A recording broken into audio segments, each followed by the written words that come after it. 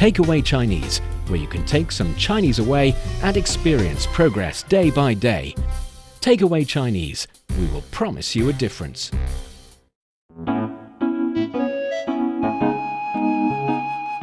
你好，欢迎收听随行汉语 Welcome to Takeaway Chinese. I'm Niu Honglin with Steve Hatherley in the studio. Hello, Steve. Hello. How you doing? Hello. I'm doing very well. Thanks for having me again. Thanks for always asking how am I doing. I like that when people care and, Sometimes when I learn things here on the show, I go home to my wife, whose Chinese is pretty decent. I practice these expressions that I learned, and I want to know because I test like what she knows and what she doesn't know, and she didn't know that one. That's the thing, because sometimes there are phrases we share on Takeaway Chinese that are very common, very useful in your daily life. You almost use it all the time, like 好久不见, haven't seen you for a while, or 今天吃点什么, what you're gonna have today. And these are quite useful, of course, practical, but they're not as fun. Yeah. And the fun ones are not usually used that much, like every day kind of much. Sometimes language is more than just communicating, it's more than sharing ideas. It can sometimes be, fun. It can have a background story. It can have a context that makes people want to remember it, want to use it no matter what. Yes. Well, words can make people feel a lot of things, but words can make people smile too. And I guess that's why at the end of each year, they always come out with a list of words that were somehow, some way important to people. Sometimes those lists include positive things, and sometimes they include negative things as well, because that's just life, I guess. And sometimes they involve silly things. On the surface, you find it a little bit silly, and then you realize it reflects a little bit of how people view today's society, yes, how they view themselves, how they are looking for and probably have already found new ways of practice, of doing things. Yeah. And they're happy about their new ways. For example, one of the key words of 2025, yes, that is going to be the theme of today's Takeaway Chinese episode. We've already done one episode of keywords. Now we're doing a bit more, giving you a bit more fun words of the year. And one of the words is 斜修. 斜修. Perfect. So 斜 means not straight, 不正. So 正 is straight, it's orthodox, it's something that are common, that are mainstream. Whereas 邪 is something a little bit different, unorthodox, something that you do not expect, you do not think of from the very first moment you see this thing. So it's 邪. 斜. And 修 is a little bit like cultivate. So in the martial art world or in Chinese kind of martial art novels, or the kind of novel that involves a lot of, if you continue doing something, your ability would improve. And in a magical world, that ability would eventually transform to the kind of ability that human beings do not really have. Like you can fly, you can absorb the essence of the nature to improve your body, and you can live forever, something like that. Okay. And that is called 修炼. 修炼. So 修 is cultivating. So 修炼 is cultivating yourself or your school of thoughts or your group of people to do something in the future that are almost seem implausible. And I'm saying this because 修 is not something that you can do overnight. It's something you have to, continue doing for a really, really long time. And 邪修 refers to the kind of way of cultivating that is not common to see. So what would be an example of this? This is fun because in the stories we see the cultivator strive for, already talked about the supernatural powers or even immortality. And the 邪修 kind of people are often seen as not that mainstream and sometimes even evil. But it's not because that they're evil or bad people. It's not always like that. It's more about their way of doing things are a bit more unexpected. And this year, people are using this to talk about the kind of action or the behavior or the method that are uncommonly seen. For example, when we talk about cooking, yes, people think about cooking as you put all the ingredient in and you have a process, but they also talk about, for example, using a certain type of yogurt kind of milk or drink to make pork. So you pour that in the pot so that you do not need all of the traditional kind of seasonings. So they find unexpected, unusual ways. Oh, so anytime you post something on social media and you've achieved Unexpected. some sort of goal in a different way than is typically done, then you say 下修.邪修. 邪修. It's kind of like if you look at the method, it shouldn't work, but somehow it does. Do you use that in your cooking at home? A little bit sometimes. Yeah. Something is 邪修 for the very first time, but after so many people tried it, they realize it's a good way to do things. Like 可乐鸡翅.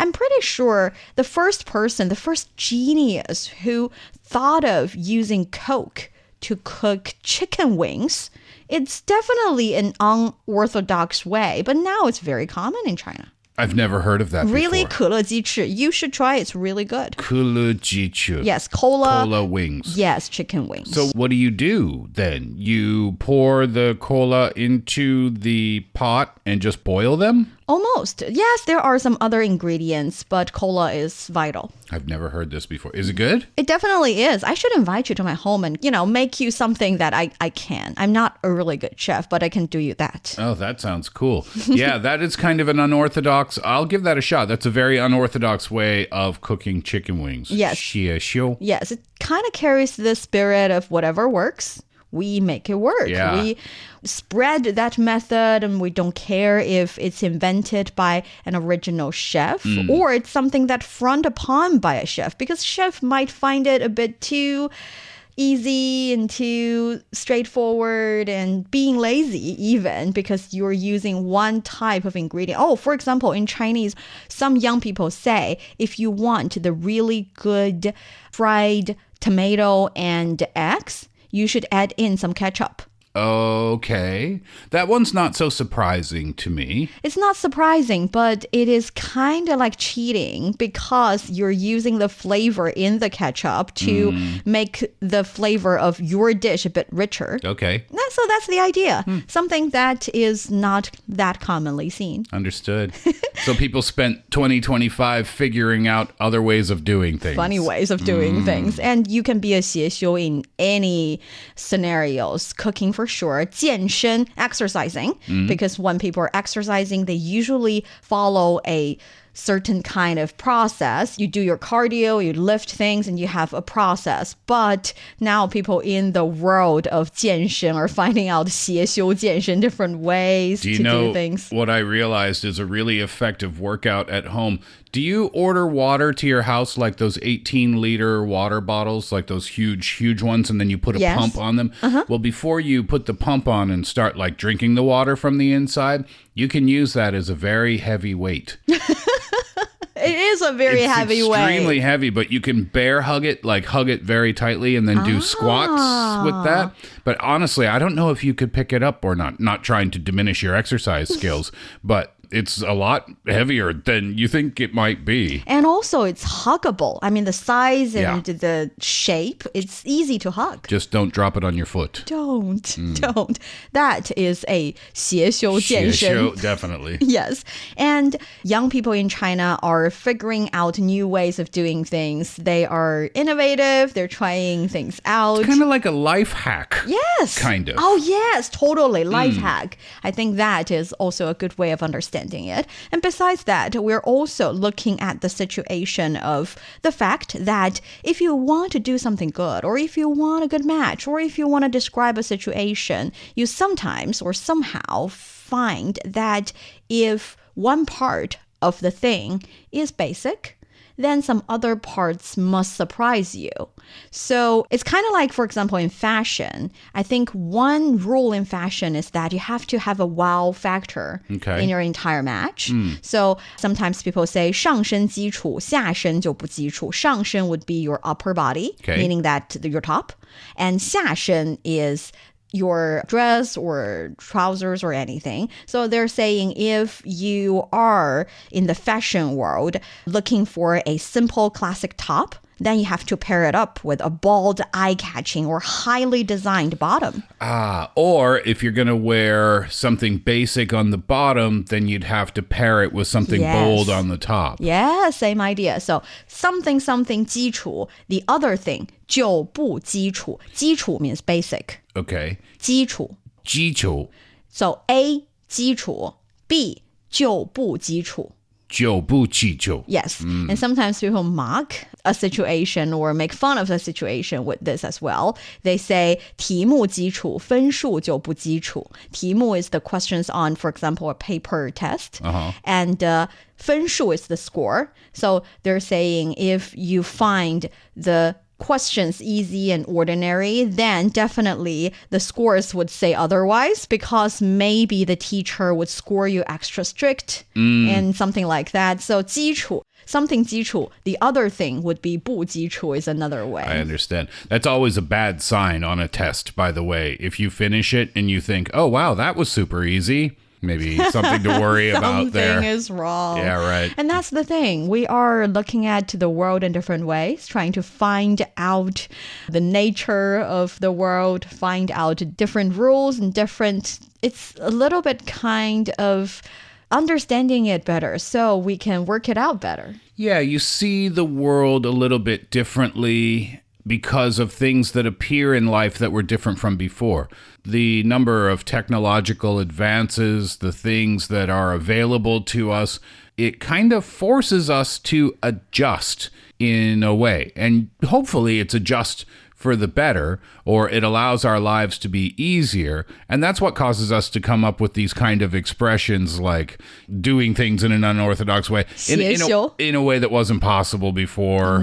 Yeah, fashion changes. Yes. People are always looking for new ways to reinvent their fashion self. So yeah, that's why these fun new terms always exist. Yes, and this one is also a pretty good one, and I find it very funny. It's called 来财. 来财. Perfect. 来 means come. 财 means fortune. So money come. It's very direct. Always at the end of the year. Very, very direct. This idea is very interesting and it went viral thanks to the rap song 八方来财. It's kind of like money, money come from all directions. 八 is 8, but we're talking about 东西南北. That is east, west, north, and south. That's 4 already. And north and east, so the in-between ones would be another direction. So 八方 would be all the 8 directions.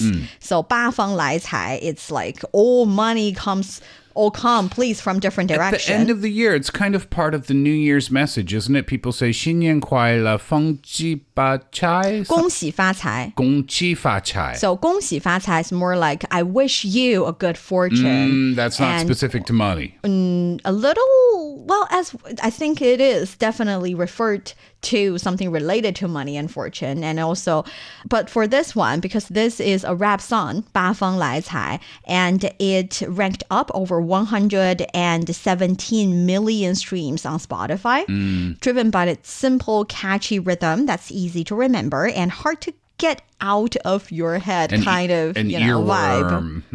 Yes. And this is a little, similar like the English song, Money Loves Me. Okay. It's a good vibe. Yeah, exactly. And it's good to repeat over and over and over and over again. And then you can manifest that. And one thing about this is that in Chinese, there are many expressions about money come, about congratulations on gaining a lot of money. But people don't say it like they really, really mean it, like it's the religion in their life. It's not about that. It's more like a greeting and also joking a little bit, especially 来财. It's half joking, half serious. Because it comes from a rap song. Yeah, it's just something fun. And we say it because we believe in the power of language. We believe that we want to say nice things to each other. And don't you find that please have more money is the kind of good wish you can have for anybody. It doesn't matter whether they are, they want to be in a couple or if they want a family or they want a career. It doesn't really matter. Because everybody wants more money. it's, No matter who you are, you want more money. It's just an easy way to bring good, positive energy to other people. I like it. What's that expression again? 来财. 来财. Yes, money, money come. Gonna go say that to my wife too. You can try that. And another really good one is 深度求索.深度求索.求索.深度求索.深度求索. Yes, and that is deep seek. Ah. 深 carries the meaning of deep. 度 is a degree. So 深度 is a high degree of deepness. So really deep, level of deep. 深度, 求 is to seek or to pursue. 索 also carries the meaning of pursue and chasing after. So that was one of the words of this year. But is that only in reference to the AI assistant? Or does it apply? Are people using it to apply it to like other aspects of their own lives? Okay, so because DeepSeek itself translates to 深度求索 directly, the word 深度 and 求索 themselves can be used in different scenarios for sure, but putting together is kind of DeepSeek itself.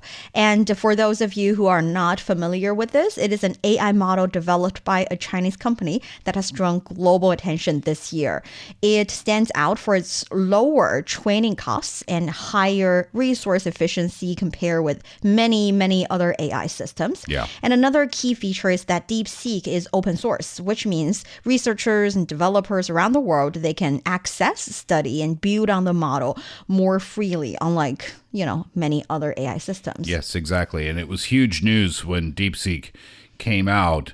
Other AI developers around the world were kind of like, how'd they do that at that price? Wow, that's amazing. Yeah, and also 深度求索 carries the meaning of search deeply, go deeper. When you're doing something, when you're especially working in a science-related area, you should always dig deeper and try to do a bit more, go the extra mile. And people like this not only because it's a quite successful and, to be honest, very good AI model. I use it every day. Right? But also because the spirit it holds, it's kind of motivating. Yeah. It makes you think, I should try harder. It's a great name. Yes.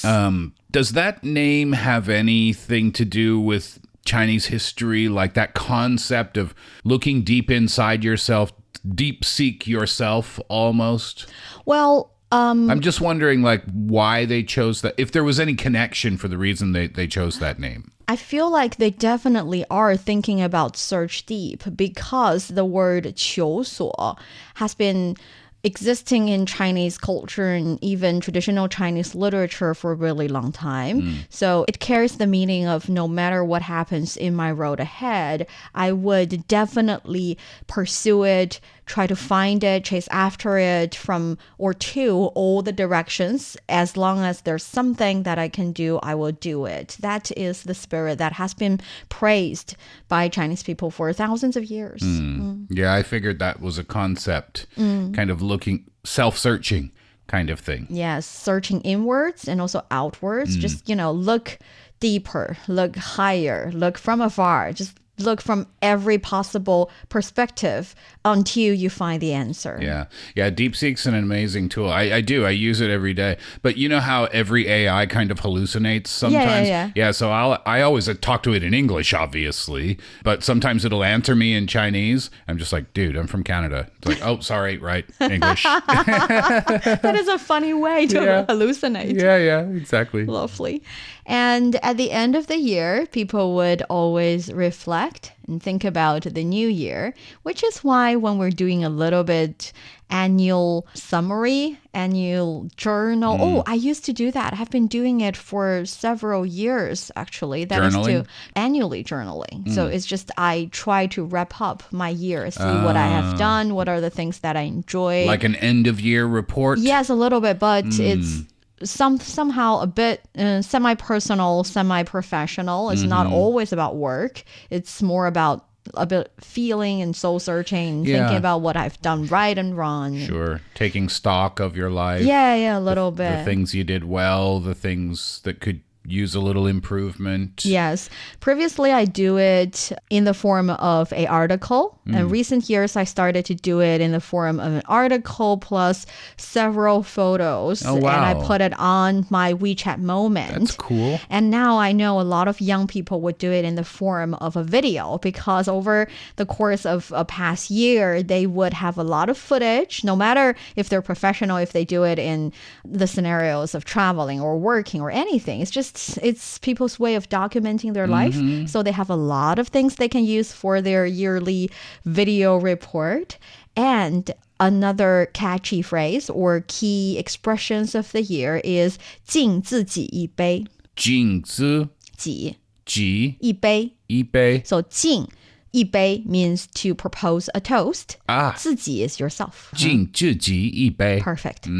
Toasting yourself. Yes, propose a toast. Cheers to me. Cheers to me. Yeah. Yes. Sometimes they would use it at the beginning of the video, or they can use it in different ways because sometimes catchy phrases have different versions. For example, in some videos, you can see people say 第一杯敬自己. So the first glass of wine, I toast to myself.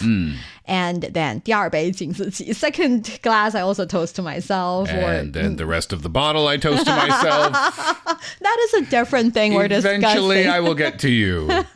But the idea is to think about what I have done right and what I have done wrong. Probably I have swallowed something that I should speak out. Perhaps I shouldn't step back when I should step forward. These are also the things that I want to avoid in the future. So what I did right, what I did wrong. Have you done your journal yet? Not yet. It's not quite. We still have, a little more time until it's officially the end of the year. Do you usually do it like at the end? Yeah. The very last day. Gosh, I've never thought about doing that before. I mean, turning it into a project type of thing, like an arts and crafts type of thing in a way, because you include photos and you make an article out of it and stuff like that. Maybe I'll give that a shot this year. I do sit, and usually I just sit. Do you know what I mean? Like I'll sit and think, but I won't actually like write anything down. I'm not much of a journaler, but I do reflect on the year, of course. But the funny thing is, when you do that, and after a certain period of time, 1 year, 2 years, you got a chance to read what you wrote. And you feel like, at that moment, I had that epiphany. I should hold on to it. Yeah. I shouldn't forget about it and repeat my mistake again and again over the past 2 years. I know what should be done 2 years ago. Yeah, it's a good way to remember the things that were important to you in that moment, because those things might be important to you in the future, too. Yes, and it's sometimes hard to change, isn't it? Well, it is. But if you take stock and you evaluate the things that you really want to change, then putting it on a piece of paper or even digitally can help you to achieve that goal. Because thoughts, they just come and go so quickly, right? And wants and needs and desires, they tend to be fleeting. And that's why we're always trying to search the easiest path for ourselves, I feel. The path of least resistance, Yes. as we say. And that could be dieting or exercise, or if you're trying to quit a bad habit that you have. It could apply to anything. But yeah, if you are honest with yourself too, then that might help you achieve those goals. But yeah, change is hard. I mean, we're human beings. We like our habits. That's what our brain has designed our lives for us with the things that we enjoy doing. Yes, and if we take a look at all of the keywords or the words of the year, expressions of the year, it's not hard to see that some of the words are about the kind of major issues that happened this year. It's our collective memory. We toast to them, like deep sea. It's one example here. We toast to the major issue that happened this year, something that we celebrate or we remember. And then there are the kind of words that are are fun. They're just, like silly stuff. They're silly, but they provide you with a different perspective to understand yourself, understand your surroundings, and also, life hack. No one hates life hack. Yeah. I always stop scrolling when I see a life hack collection kind of video. It can be as long as 5 minutes, but I'll still finish looking at each and every one and know this one. Oh, don't know this one. Oh, this looks useless. Ooh, this one's good. It's just like you continuously, finding the fun in the kind of trick that you might never use. Do you know this one? I bet you know this one. Okay, so you have your ramen cup, right? And you tear open the top and you put in the ingredients. You put the hot water in. And now you close the top, but it's like a foil top. Yes. But you have to close it so that the steam doesn't get out so that the noodles will cook. How do you ensure that the top will stay closed while you're waiting? There are so many ways. I stick my fork on it. Okay. That's one way. But that's not perfect, though, because the edges will still kind of be open a little bit. I put my Kindle on it. What's a Kindle? Kindle is a e-paper reader. No.